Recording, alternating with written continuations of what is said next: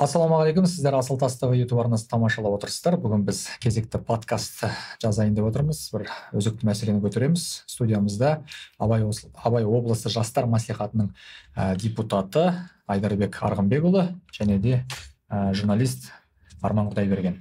Және мен Рауан Оқас. Бүгінгі келдіңіздер, қош көрдік. Бүгінгі енді мына көтеретін мәселеміз жалпы ауыл жастарының проблемасы.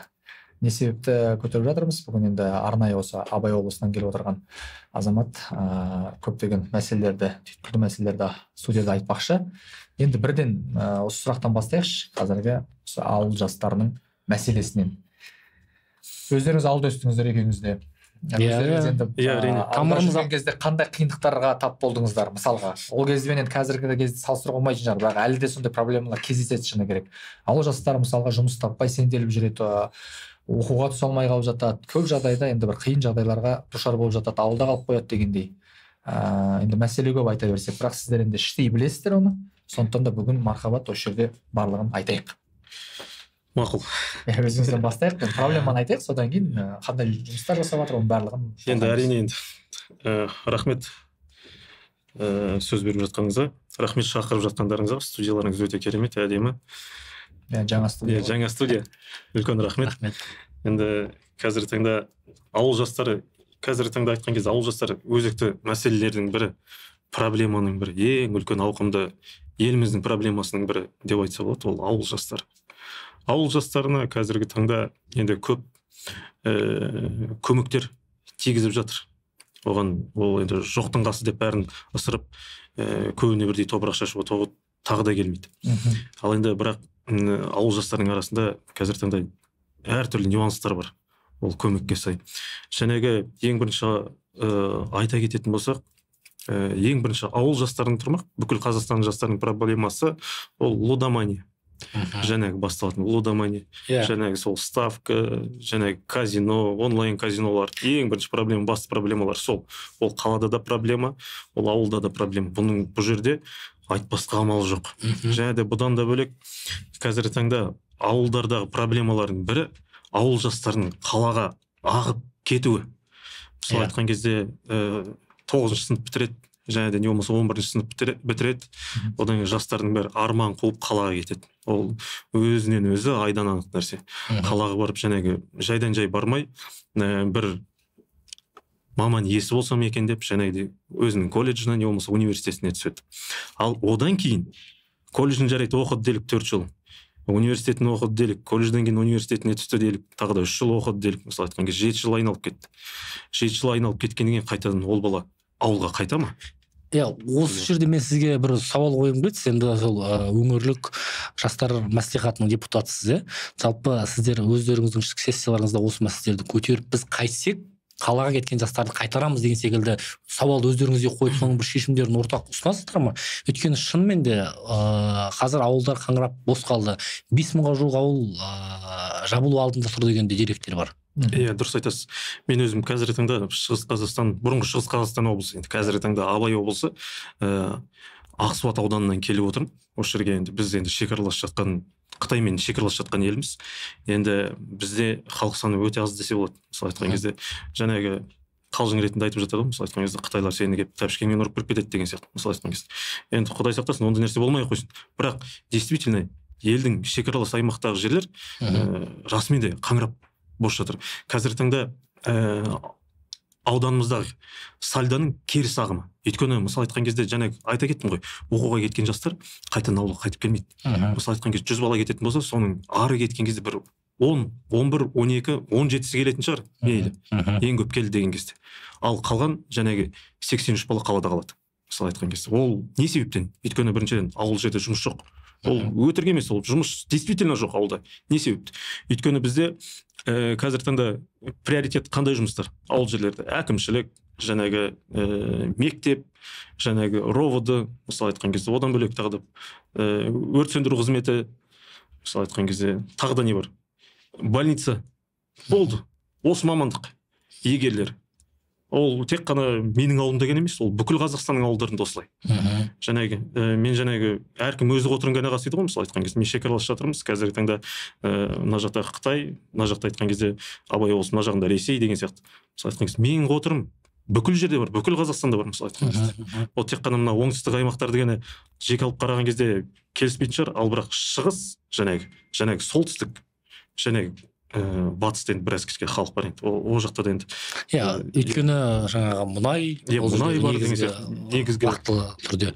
Негізгі кәсіп, негізгі ақшаны көп төлейтін жерлер сол жақтар. Сіздің айтып жатқаныңызға тыңдап отырып бір шартты сауал туындайды да, жалпы жұмыссыздық ол бір Қазақстанның басында жағдай емес, Қазақстан ғана төніп тұрған дүние емес, ол жаһандық мәселе ғой. Жалпы жаһан бұл жұмыссыздықпен қалай күресіп жатыр, ол жақтың да жастары қалаға ағылып жатыр ма деген дүние бар да. Қазір әр өңірде кәсіпкерлікті дамытуға арналған орталықтар бар, әкімдіктің жанында да сондай басқармалар бар ғой, қателеспесем. Олардың жұмысының барлығы сол қағаз күйінде ма деген журналистердің көкейін кернеп жүрген бір дүние бар. Мысалы, дұрыс айтасыз. Жыл сайын жаңа не береді ғой, есеп береді. Есеп береді. Шама кәсіпкерлік дамып жатыр деген секілді. Дұрыс айтасыз. Мысалы айтқан кезде, осы кәсіпкерлікке байланысты және де өзіңіз осының алдында сұрақ қойдыңыз, ол сұрақтан біраз кішкене ауытқып кетті. Мен сол сұрағыңызға жауап берейін ең алдымен. Одан кейін мына келесі сұрағыңызға лесте жауапты ала кетеміз. Бірінші жаңағыдай өздеріңіздің сессияларыңызда, жаңағыдай отырыстарыңызда бір қандай да бір ұсыныстар тастадыңыздар ма деп жатсыздар.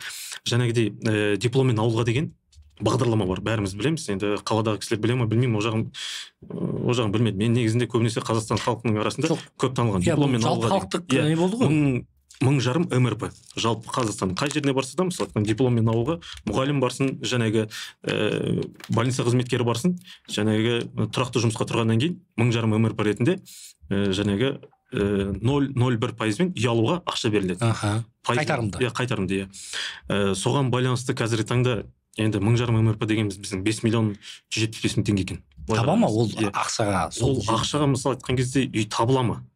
Мысалы айтқан кезде аудан орталықтарында көбі жұмыс істейді, жаңағыдай больницаның орталық точкасы бар, жаңағы аудан орталығындағы орталық больница, мысалы айтқан кезде жаңағыдай үлкен мектептері бар, сол жерлерде үй табу өте қиын.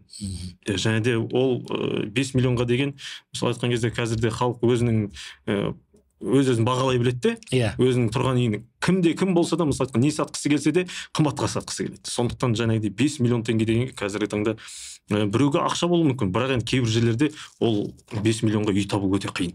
Сондықтан біздің Абай облысы Көкпекті ауданының жастар мәслихатының депутаты Келербекова Назым деген қарындасымыз осы сұрақты көтеріп,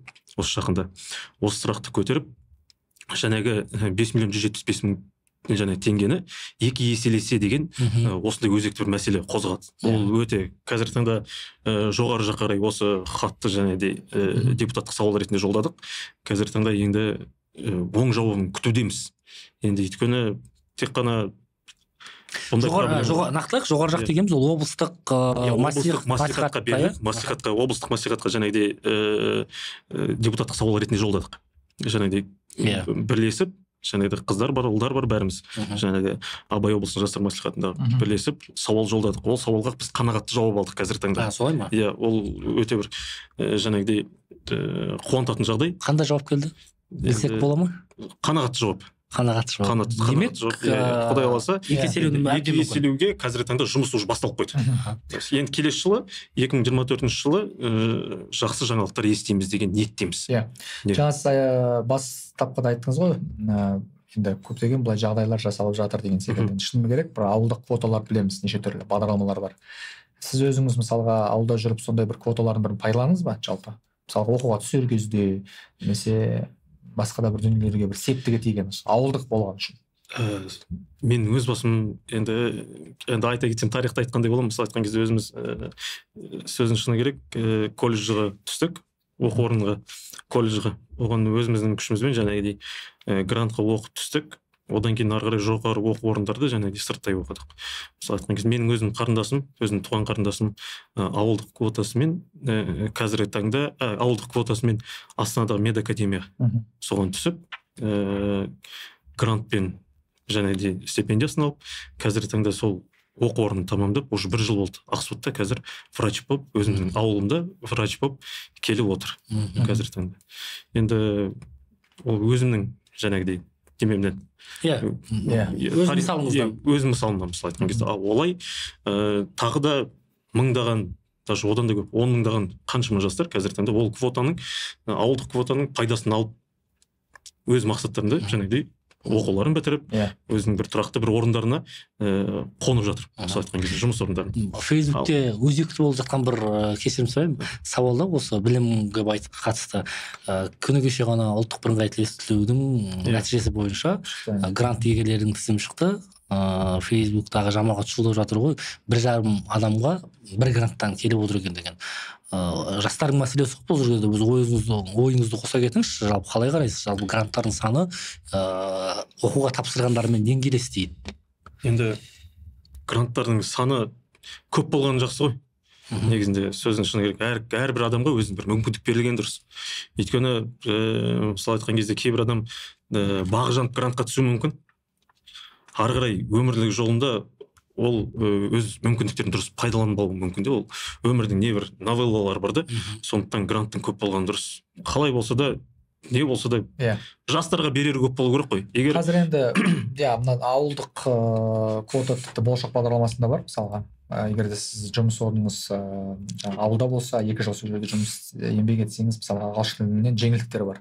Яғни қазір кейбір қалалықтар керісінше әдейі ауылға барып, сол болашаққа түсу үшін сондай қадамдар жасап жатқан. Яғни негізі ауылдың жастарына көптеген бағдарламалар бар. Негізі жағдай жасалып жатқаны рас. Бірақ соны көбі пайдаланбай жата ма, білмеймін енді.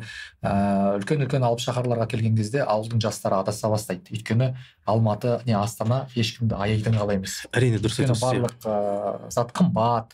Олардың келгеннен кейін баспана мәселесі туындайды. Басқа мәселе. Содан кейін адасады. Содан кейін жаңағы букмекерлік кеңселерге барады, жүгінеді. Қазір шынымен де букмекерлік кеңседе жүргеннің барлығы сол көбі ауылдың балалары, қаланың емес.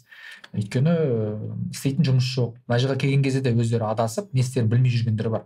Жаңағы грузчик болады, құрылысшы болады, шаршайды да. Шаршайды, ауылға барайын десең бет жоқ мысалға. Жұмыс жоқ. Неге адасып жүр сол жастар осы жаққа келіп? Мүмкін оларға сол ауылда бір дұрыс психологтар ма бірдеңелер жұмыс істеу керек шығар. Неге ауылдың балалары осындай қиындыққа душар болады? Бәрі емес, бірақ көбі.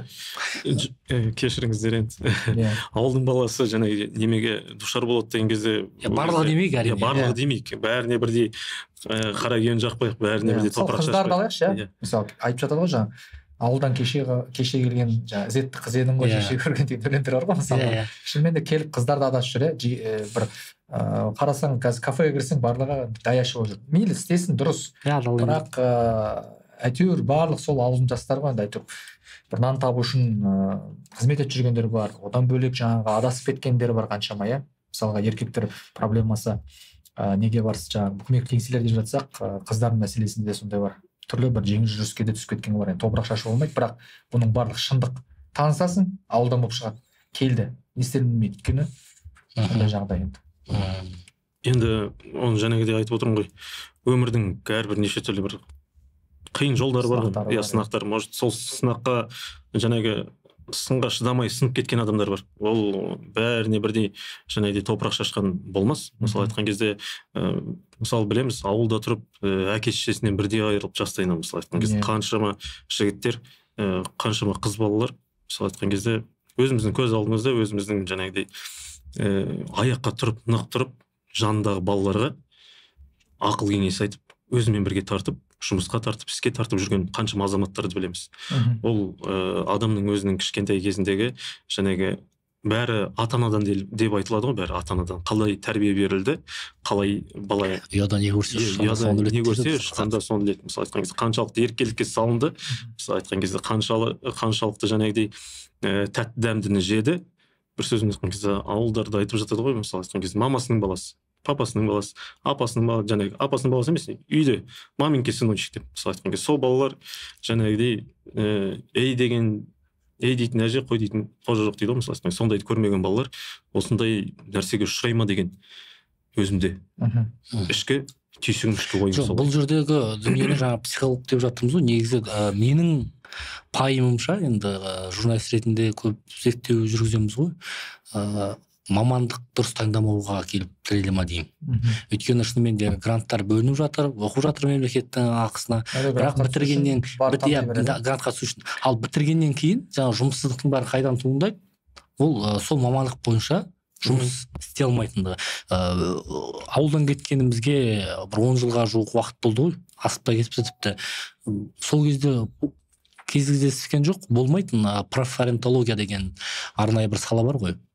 Баланы кішкентай кезінен бастап дұрыс мамандыққа баул дейді. Оның ішінде жаңағы таланты қай салаға қарай бейім, соны анықтап, соны солай қарай бағыттайды. Біз енді ондай этаптан өткен жоқпыз. Бірақ қазір әлемдік неде жаңағы аренада дәл осы дүниелер қаралады да, профориентология жұмыс істейді. Гуманитарий ма әлде математика, физикаға жақын ба? Тіпті оның ішіндегі де мамандықтар, оның ішінде де қандай нәрсеге жақын деген секілді. Бәлкім сіздерге жаңағы өздеріңіздің сессияларыңызда дәл осындай жайттарды айтып, бізге осы дүниеде қажет шығар деген ой келеді кейде. Дұрыс айтасыз. Мысалы айтқан кезде осы жақында ғана біздің ауылымызда өзіміздің Жәнтікей деген ауылдық округ, енді өзіміз жақта айтайын, бауырымыз 9 алтын медаль егері шығарды. 9 алтын медаль қай? Білім, спорт? 9 алтын мектепті бітірді. Мектеп 9 алтын берді. 9 алтын медаль. Мысалы айтқан кезде ол кішігірім, мысалы айтқан кезде ол ауылда қателеспесем бір 150-200 үй бар ма? Мысалы айтқан кезде. Үлкен нәтижеде бұл. Көрдіңіз бе? Ол алтын белгі егерлері шынымен де ма? Сапасы, білім сапасы сондай деңгейде. Сондай болса қуантарлық. Айдарбек, сіз қараңыз, жастар мәслихатының депутатымын дедіңіз ғой. Сіздер енді ол депутаттыққа түскен шығарсыздар, кәдімгі сайлау болып деген секілді. Сіздер қандай бағдарламаңыз болды осы ауыл жастарының мәселесі бойынша? Болды ма ондай? Иә, бағдарламалар болды. Ол көбінесе бізде не мәселе көтерем дедіңіз мысалы? Мысалы айтқан кезде бізде қазіргі таңда жаңағы ауылдың жастарының проблемасы ғой. Жаңағы енді бірінші проблема жаңағы айта кеттік, көтердік, бәріміздің осы уақытқа шейін келе жатқан проблемасы жаңағы үй мәселесі болды ауыл жастарының. Өйткені қаладан келген кезде мамандар тартқымыз келеді. Мысалы айтқан кезде жақсы мамандар тартқымыз келеді. Ол дипломмен ауылған жағдай болып жатыр қазір мысалы. Дипломмен ауылған жағдай қазіргі таңда балалардың бәрі алып жатыр қазір. Бос жұмыс орындары бар ма? Бос жұмыс орындары қазір бос жұмыс орындары жоқ. Өйткені жоқ, көрдіңіз, өйткені бізде жаңа мектеп керек. Жаңа мектеп керек мысалы. Жазып тұрғандай болды. Жаңа мектеп керек мысалы айтқан кезде, Құдай қаласа енді қазір салынып жатыр. Салынып іске қосылып жатыр мысалы айтқан кезде.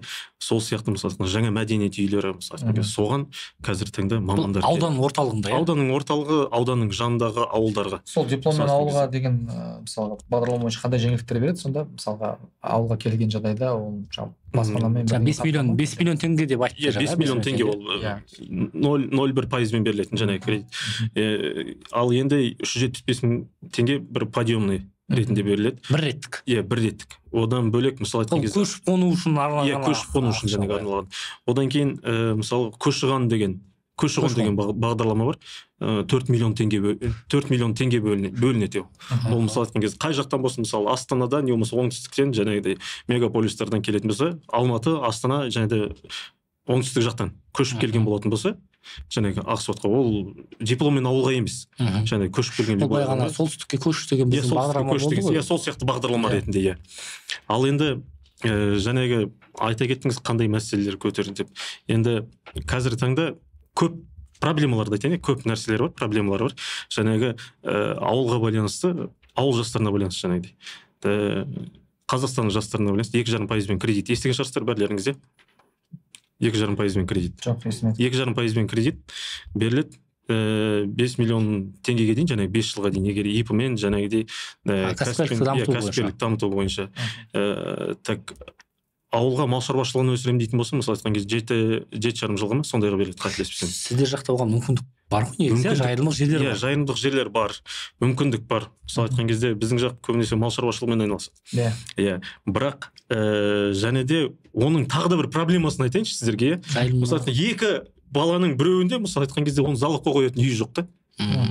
Көрдіңіз бе? Мысалы айтқан кезде сізде бар болса, залогқа қоятын үйдің өзі бағасы арзан ғой негізі ауыл жақта. Ауыл жақта бағасы арзан, залоговый себестоимость 60% ғана мысалы айтқан кезде шығарады. Өзі мысалы айтқан кезде әрбір жас баланың 35 жасқа дейінгі мысалы айтқан кезде кейбір азаматтарда үйі бар да, кейбір азаматтарда үйі жоқ мысалы айтқан кезде.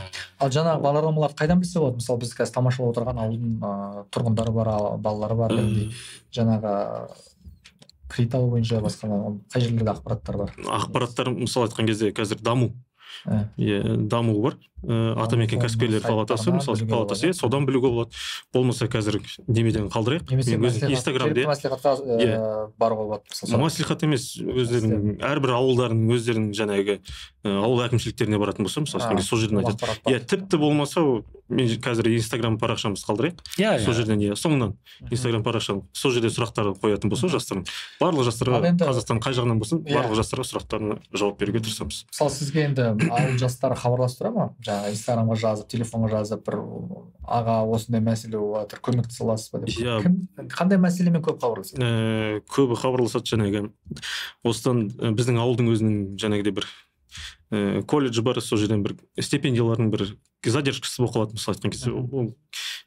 Сондай мәселелермен хабарласады. Одан кейін жаңағыдай жұмысқа тұру деген сияқты, мысалы айтқан кезде жұмысқа тұруға байланысты тоже 20-20 деген бағдарлама бар, мысалы айтқан кезде сол арқылы жаңағыдай бірінші жұмыс орны деген бағдарлама бар. Одан кейін ұрпақтар сабақтастығы, мысалы айтқан кезде бір кісі пенсияға шығып бара жататын болса, оның жанына жаңағыдай бір жас оқу бітірген студент баланы, жаңағыдай жас бітірген баланы жанына қосып, ана кісі жарты жылда пенсиясына кетеді, ана жас бала орнына қалады, мысалы айтқан кезде. Сондай бағдарламалар бар. Енді о жағынан ауыл жастарына деген бағдарламалар көп.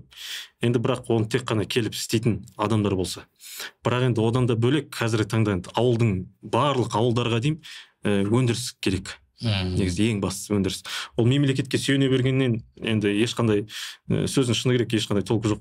Маған бер дегеннен кезінде атамызда айта кетті ғой, екі сиыр алды бақты, жаңағыдай сүтін сат, біреуін туған бұзауын сат деп, жаңағыдай сол сияқты ғой. Мысалы айтқан кезде ешкім жыламаған балаға емшек бермейді.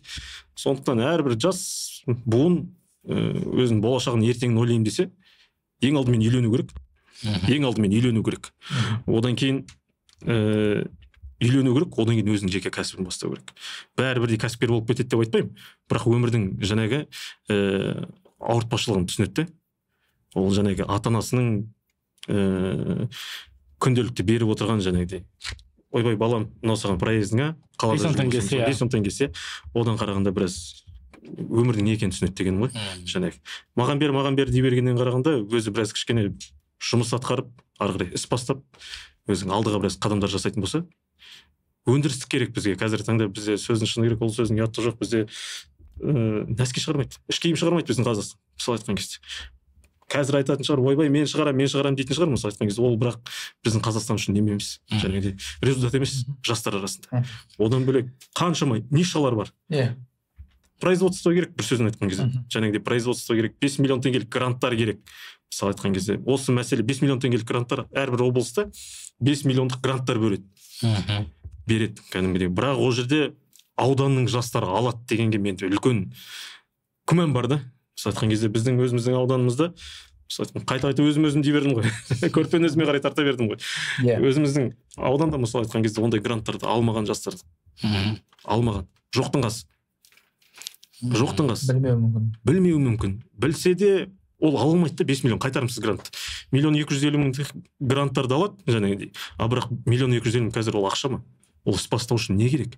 Іс бастау үшін жарамайды ол. Производство, өндіріс қою үшін 1,5 миллион теңге не аласыз? Мысалы айтқан кезде сіз өзіңіз осы студияға кішігірім қанша квадрат? 40 квадрат метр, студияңыз. Осыған қанша теңге кетті, мысалы айтқан кезде? Қанша миллион теңге кетті? Айтыңызшы. 3-4 миллион теңге кетті. Ал сіз 1 миллион теңгеге осындай студия жасай алар едіңіз? Қиын. 3-4 миллионның өзі аздық етеді. 3-4 миллионның өзі аздық етеді. Вот көрдіңіз бе? Ал сіздікі жай ғана съемка жасау. Ал өндіріс үшін, мысалы айтқан кезде бірнекені өндіріп, бірнекені шығару үшін 1,2 миллион теңге ол. Не болады, айтшы? Мазақ қой ол. Кешіңіздер, ол действительно мазақ. Енді Айдарбек, сіз енді қазір осы депутат ретінде алдағы уақытта қандай мәселелерді көтересіз, бұйырса ауыл мәселесін қалай шешесіздер? Бір бар ма енді? Жаңағы мақсаттар. Жұмысты бастап кеткен шығарсыздар. Жұмысты бастап жатырмыз қазіргі таңда. Жаңағы 5 миллион деп бекерден бекер айтып жатқан жоқпын. Қазіргі таңда осы мониторинг жасап жатырмыз өзіміздің облысымыздың ішінде. Қазіргі таңда жаңағы ауылға жастар тартуға байланысты жаңағыдай не болмаса ауылда жастар тұрақтандырып қалдыру үшін жаңағы 5 миллиондық гранттарды әрбір ауданға квота ретінде берсек па деген соның жобасын қазір жасап жатырмыз. Срочно көшу керек ауылға. 5 миллионды гранттар аласыздар. Подкаст студия ашып деген. Сол сияқты мысалы айтқан кезде әрбір ауданға мысалы бір 10 грант демей қойық. Мысалы айтқан кезде бізде жақта енді халық саны аз ғой. Действительно 10 грант демей қойық. Бір әрбір ауданға мысалы айтқан кезде 5 гранттан бөлінетін болса, және де оны бақылауда оңайда. Мысалы айтқан кезде біздің ауданнан 5 адам алатын болса, грант келесі ауданнан, мысалы сіздің ауданыңыздан 5 адам алатын болса, сіздің ауданыңыздан 5 адам алатын болса, уже 15 адамда уже грант бар. 15 адам, және де мал шаруашылығы емес. Мал шаруашылығына, енді біз жаққа, біздің жақ мал шаруашылықтан өйткені қатты дамып тұр деп айтпаймын, бірақ енді мал шаруашылығы жақ, мал шаруашылығы қажет емес. Өз-өзін қамтамасыз етіп тұр. Біздің жаққа мал шаруашылығы қажет емес. Біз малдың соңынан кетуді қоюымыз керекпіз. Малдың соңынан жастар кетуді қою керек. Бірақ енді атадан қалған кәсіп оған ешқандай жоқ деп айта алмаймыз. Бірақ соның өзінде де біз мал өсіргеннің өзінде де жаңағыдей одан бір колбасасын жасасын, не болмаса оны кептірсін, оны жаңағы стейк сияқты ретінде бөлсін, соны апарсын, сатсын. Ол да өндіріс. Немесе терісін, не болмаса терісін өңдесін, ұлтарақ жасасын. Қолдан келмейтін болса, стейк жасау қолдан келмейтін болса, ұлтарақ жасасын. Осыдан бір ғасыр бұрын дәл осы сіз біз үшеуміз секілді жаңағы алашшыл зиялылар отырып алып қайтсек қазақты жағдайын жақсартамыз, жаңағы көтер қазақ, оян қазақ, көтер басты деп солай деп, сол қаншама ғасыр өтсе де әлі сол қазақ сол ма деген бір өкініш қой енді, бір сөзбен айтқан кезде сондай дүние көкейді көп кернеп жатады. Енді мына ауылға жиі барып тұрасыз. Енді почти ауылда жүресіздер ғой? Мен өзім ауылдамын. Қалаға жиі барып тұрамын. Сізге жарасады ауыл туралы әңгіме айтқан. Өзіңіздің кіші бауырларға қандай ақыл кеңес айтасыз үнемі? Енді сіздерге қарап бой түзеп жүргендер де бар ғой, жастар. Өзіңізде жас болғанмен әйтеуір өзіңіздің артынан келе жатқан, еріп келе жатқан бауырлар бар дегендей. Қандай кеңес айтасыз? Не айтасыз оларға? Ауылға барып, әрбір жасқа айтарым, өзінің туған жеріне барып, өзінің ауылына барып, туын тігу керек қой. Сол кезде ауылының тұғыры биік болады. Ауыл сол кезде дамиды. Әрбір жас, әрбір бауырымыз өзімнің ауылым, өзімнің туған жерім, кіндік қаным тамған жер деп, өзінің елі деген кезде жаны шығып тұратын болса, біз Қазақстанды алынбайтын бар ғой, мемлекет болмайды. Өйткені егер біздің ауылымыз құрып кететін болса, мемлекетіміз болмай қалады. Ол сөздің шындығы. Сондықтан біз ауылымызды дамытуымыз керекпіз. Ауылдағы жастарымызды дамытуымыз керекпіз. Жастарды дамытуымыз керекпіз. Толықтай жастарды дамытуымыз керекпіз. Ал жаңағы жастар, мен сенемін, ол тек қана біз аз емеспіз. Біз сияқты ауылын ойлап, өзінің жерін ойлап, өзінің елін ойлап, қай жақта Алматыда жүрсе де, Астанада жүрсе де, мейлі бір шетел асып кетсе де, өзі ауылын аңсап жүреді деген сенімдемін. Енді жаңа ғасырдың жастары ғой, дәл қазір. Жақсы, әдемі қорытынды айтты да, мынау марқұм Жақсылық аға Күшкемпірдің сөзі есіме түсті, анау 5000 әр ауылдан бір 5000 ауыл бар екен, әр ауылдан бір мен деген жігіт шығып өзінің ауылын көркейтуге атсалысатын болса, онда Қазақстан алдыңғы қатарлы елдердің сапында болар еді деген сөзі шынымен де өзекті дүние ғой. Мен енді эфиріміз аяқталып қалды ғой, мен шын айтып отырсыз, дұрыс былай аяқтағым келеді. Шаңдатқан, борандатқан, дауылдатқан, селдеткен, нөсерлеткен, жауындатқан, сағыныштың самалы есіп тұрар, балалығым бесігі ауыл жақтан дейді. Шынымен де ауылды қашанда қайда жүріп те сағынамыз. Сондықтан сіздерге деген ауылда қалып, сол елдің көркеуіне атсалып жүрген алғысым шексіз. Рахмет көп. Жалпы бұл тақырыпты таңғы ұрып Ақсуат жұртына сәлем айтып барыңыздар бізде. Міндетті түрде айтамыз. Сіздерге де үлкен рахмет. Елімізден және де сіздердің арқыларыңызда Қазақстанда Ақсуат деген жер бар екен. Осы біздің эфиріміз арқылы біраз адам естіп көріп, біліп қалғандай болды. Енді үлкен рахмет, шақырғандарыңызға үлкен рахмет. Енді және де өзіңіз айта кеттіңіз ғой, ауыл туралы айтатын болсақ, таң атырып, кеш батырып, міндетті түрде, бұл мәселе енді жалғаса көтере беруге болады, өзекті проблемалардың бірі. Келесі жолы тағы да бір Алматыға сапарыңызда тағы бір сұхбат құрайық. Ол кезде сіз нақты бір нәтижемен өткен жолы мынандай мәселе айтып едік, көтеріп едік. Ол мәселе былай шешімін тауып жатыр, айтсақ істеледі екен деген сияқты дүние болса, өзге өңірлерде бізге қарап, сіздерге қарап бой түзейді ғой деп ойлаймын. Иә, рахмет. Онда жанталасу керек. Иә, бүгін бізде студияда болған Абай облысы жастар мәслихатының депутаты Айдарбек Арғынбекұлы және де журналист Арман Құдайберген, мен Рауан Оқас. Келесі эфирде жүздескенше сау саламат болыңыздар.